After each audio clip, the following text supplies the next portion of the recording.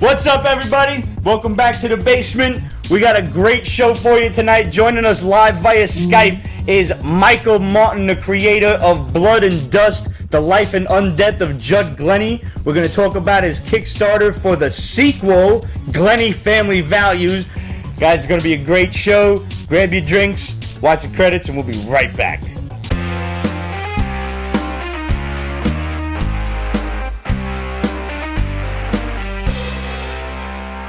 Mike, welcome to the program, man. It's good to have you. Good to see you again, man. Cool, man. Thanks for having me, dude. I appreciate it. We missed you at Comic-Con this year, but you've been hard at work on the sequel to the Judd Glenny series. Yeah, man. I unfortunately wasn't able to get up there this year, but it's all right. You didn't miss too much.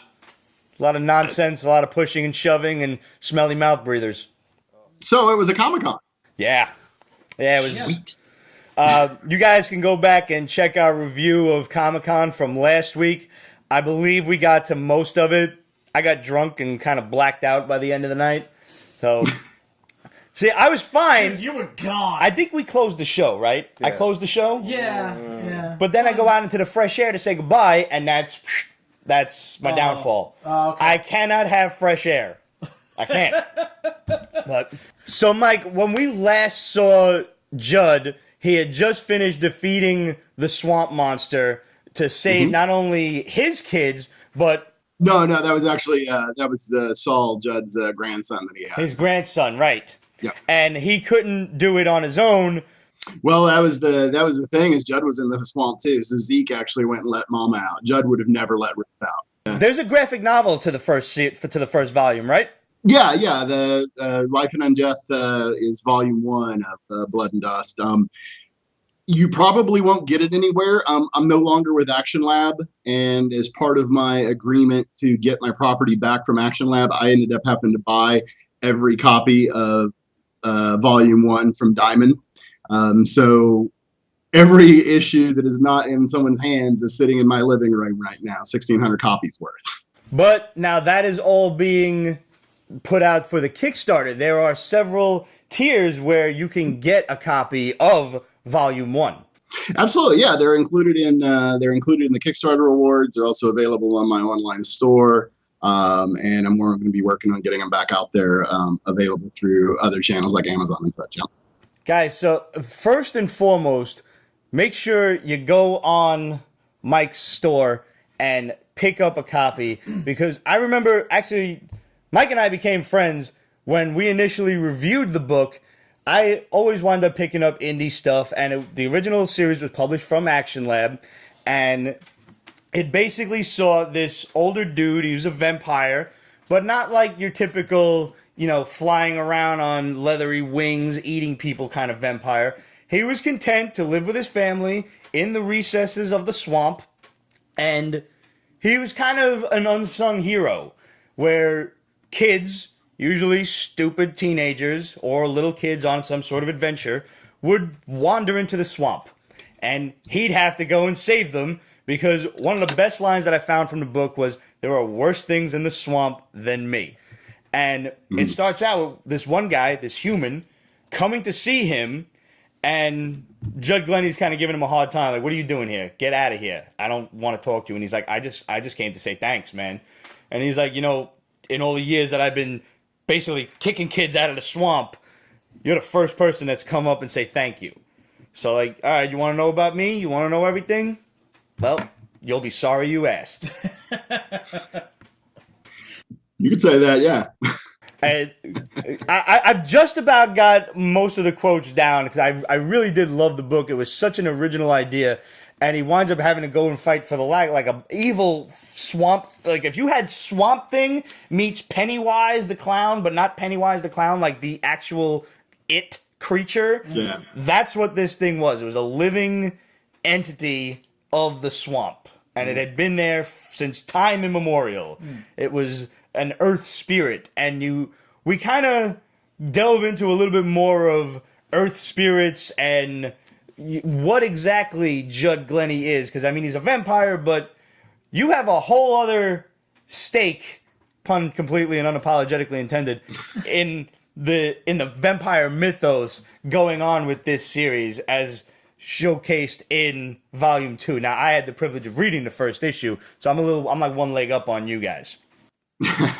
Tell us, this is like the origin of how he became a vampire and how Mama and the kids came to be. So go into whatever you can safely without spoilers. Yeah, man. So we really wanted to do something that didn't rehash and didn't use the same kind of tropes that you see a lot of times, there's always some master vampire, and this love story and romance and all these things that kind of have seemed to come along with it. So we went away from doing that. And so in Volume 2, you get to see how Judd got his family. You find that he didn't really know them and they didn't know him.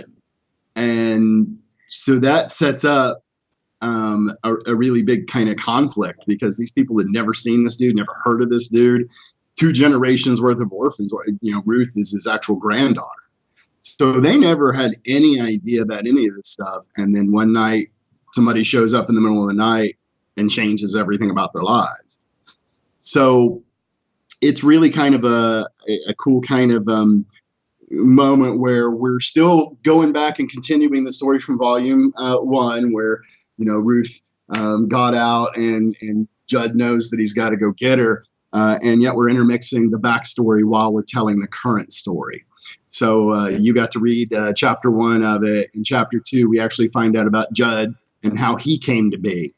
And then we wrap everything up in the final chapter and closing out Volume 2 to give you a nice established place of understanding exactly who this guy is. And, whenever people talk about him being a horror or a hero or an anti-hero, I'm like, I don't really think you're using that word right with him. I'm a big Punisher fan. I'm a big fan of vengeance, a big fan of angry people. And in the end, man, if you really look at those types of characters, man, they're not really, they're not really good people. Not really. But they do serve their own purpose. And that's Judd's whole MO, is Judd does what Judd does because Judd wants that. In the words of Mandy Patinkin, I do not think this word means what you think that it means. Perhaps I have used the word anti-hero a bit too loosely. Yes. It's commonly done, man. But that's the thing is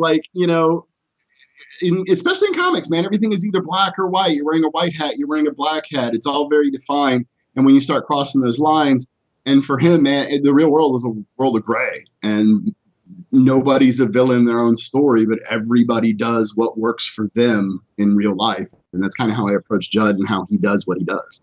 He seems like a guy that truthfully just has no fucks left to give. He just wants to exist and just leave me alone. And yet no one seems to. No one. He's like a guy with a full inbox, but people keep putting shit in his office. Like, motherfucker, stop. Go away. Well, and that's the fun part about the story, man, because Volume 3 is going to be more history of Judd, and it's going to tell the stories of Preacher Man and Law Dog, who you saw a brief glimpse of in the first chapter that you saw. But those are his ghouls, and you get to see how they came about and why he did it. And you kind of get to see exactly how brutal this dude really is, because he does not give a fuck. And that's the thing, is when you understand that there is no heaven and no hell, and you can pretty much be the bringer of hell, he'll take care of that. Oh, I have so many ideas. Yeah. Yeah. If it weren't for prison, honestly. Yeah. Kinda. Yeah. So now, when we last left Judd at the end of Volume 1, Mama Ruth had escaped. And Mama is much more your traditional Nosferatu vampire when you think of the word. She's mad, she's bloodlusted, she's crazy, and she will kill anything that comes in front of her purely for the sake of food. And he knows he has to stop her. So that's where Part 2 immediately picks up, and you're getting not only that story as it progresses, but also how, like you said, he didn't know them. He just assumed that he had nobody in life until, X amount of years down the road, and he finds out that these people exist and he has family. So this is not like his wife or something that he was deeply in love with or anything. Not one of those cliched stories. He has no idea who these people are. It's his granddaughter and his great-granddaughter, great-grandkids that he has taken into his own. And I'll throw a minor spoiler in. It was like, I don't remember what year you had said, but it was kind of Old Westy, and assuming they had like TB or just one of those really horrendous but now curable diseases back then. I think it was tuberculosis, because I think I remember calling Scarlet them fever, actually. Yeah. What's that? Scarlet fever. Scarlet fever. Yeah. That was close enough. Yeah. So it's just horrible. Either way, it kills you. So now you've got the Kickstarter going. We're about halfway in. Tell us some of the really cool prizes that people can get when they kick in. So we wanted to keep it simple, because I think a lot of times you see so much on there. So, we've got digital copies with everything, obviously, for Volume 1, Volume 2. You'll be able to get Volume 1 and Volume 2 as a package. I've got the standard cover that'll be available in stores everywhere, which is Tone Rodriguez did that one, which is a beautiful cover. But then I'm doing a Kickstarter exclusive cover that Andrew Mangum did. Andrew does a lot of horror work, stuff from Puppet Master and Evil Ernie and stuff like that. So that's a wraparound cover that's really, really pretty. Raymond does all my colors, Raymond Lee, who's just the man. And so that's kind of exciting. And, then we've got other add-ons and things.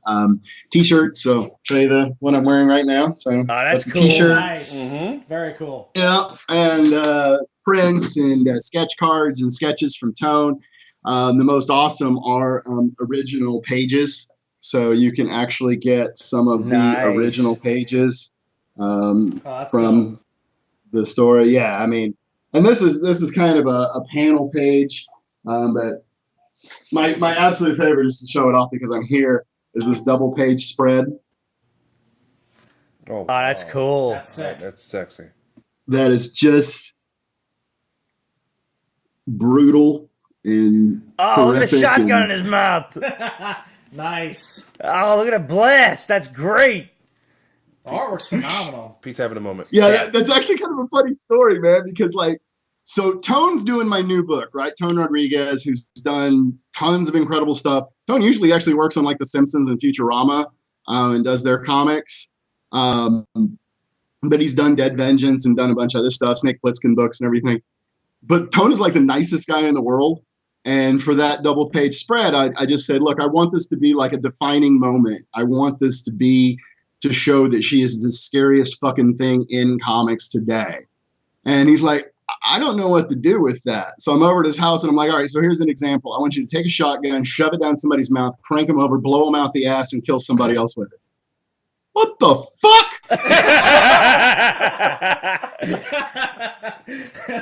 No more drugs for that man. So Tone's had kind of a time drawing. He's like, man, I got to look up reference for this, and that's fucked up. What his computer history must look like. Oh yeah, man. Nobody wants to read the computer history of people that work in comics because we have weird shit. No, you really don't. So somewhere there's some little twerp working for the NSA we got to get this guy. This is bad. I'm on fucking watch lists all over the place. Yeah. Oh my You're innocent, man. Unless you're looking up the reference, it's all on him. He's going to have to explain it was your idea in a court of law. And unless they're watching this video, they're not knowing that. He thought this stuff out. What? You've thought this stuff out. Yeah, I know how to stay incognito, man. Trust me. I love... is it a variant cover or is it the regular cover where she's in the little skimpy half shirt and the shorts, but she's got the crazy ass demon vampire face? Yeah, that's actually that's the lenticular cover. Ooh, you're doing a lenticular cover. Nice. We're gonna complain about those later, but I trust you'll do it right. Yeah. Yeah, I'll tell you, it's been kind of an interesting thing, man, making comics, especially in the indie world, man, it's all DIY. So I've had to learn how to make a lenticular cover. So me and Photoshop, which is not my friend most of the time, are becoming very close and learning how to make these things. And, it's kind of a crazy how it's looking, but it's really exciting. So, yeah, I mean, the original of it is like this one here that was a variant that we did for WonderCon. And then and so just a little bit of the fun is I asked Tone to just go ahead and make a change. So he just did this part right here. Yes. And just kind of copied over it. We put it together in Photoshop. And so you're going to have it switch from sexy hot to, oh, fuck, that's going to eat my dick off. Yes. That's awesome. I think that's one of the things, man. Like, we really strive hard not to make the sexy vampire. We didn't want the big titted, really sexy thing. I mean, come on. We all love that. I love that. Yes, we do. Yeah. Right. But it's nice to throw a curveball every now and then. Yeah. Exactly. It's not until the 6th chapter where you're like, oh shit. Because Judd's kept her that way. The reason she's that way is Judd did that to her. Okay. No spoilers, guys. Go and read the book. Yeah. What you pretty much have to do is, by the way, what is your store? Let's throw that text right on the bottom of the screen right now. Oh, it is nightshadecomics.storeenvy.com. Nightshadecomics.storeenvy.com. It's right there for you YouTubers. Yeah, and we'll be updating and, keep checking that thing out. We've got the book and some prints up there, but as things evolve, as the Kickstarter closes out, we'll have more stuff on. So now the Kickstarter, you've actually been adding a bunch of new stuff, and basically I'm seeing much more like customization of the tiers of kind of letting people add on their own stuff for X amount of prices. I've seen your posts on Instagram. Tell us a little bit about that. Can we just tell you kind of what we want and you let us know how much we have to donate? Because that's pretty much where I'm at.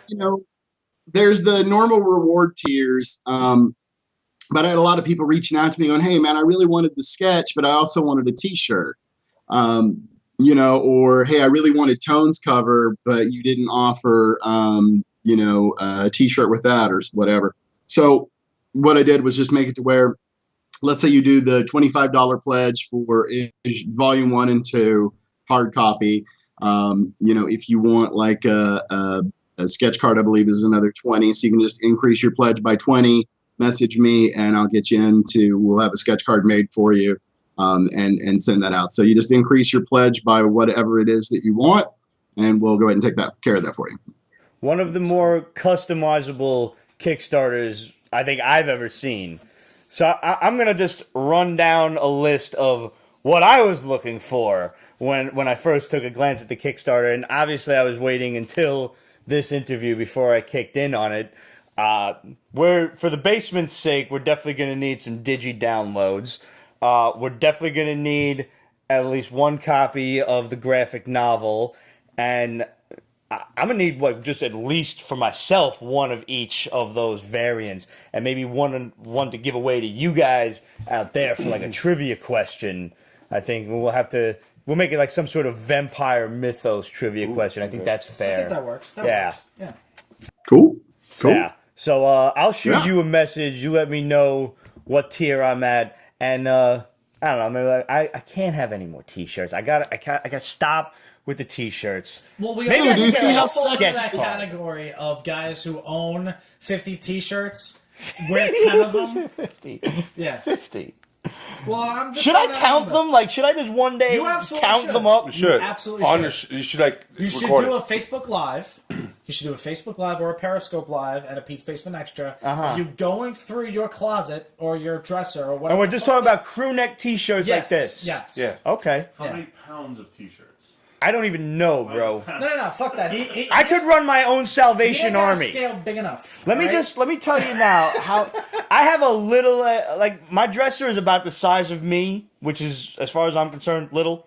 I ain't but 5'6" on a good day, and I'm shoving T-shirts in because they have to be categorized. Obviously, Marvel shirts, DC shirts, 80s TV shirts, RL shirts, etc. And they're hitting the roof of the next level and pushing it up. That's how 50. Oh, 50. Because there's drawers, too.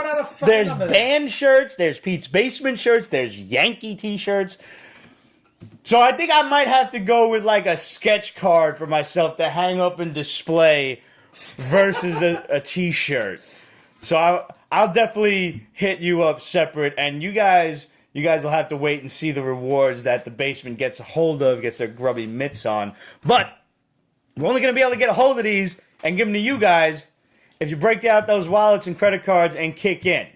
You have to. Because that's the rules of Kickstarter. That's the whole reason it came into being. We're halfway there, and I really want to see this come to fruition. So pause the show. Well, actually, maybe we should tell them the Kickstarter. Yes. Mike, how do they find the Kickstarter? I mean, obviously, we know Kickstarter.com. Can they just search Judd Glenny? Do we have the actual website? We can put it down there? Just search for Blood and Dust. Blood and Dust.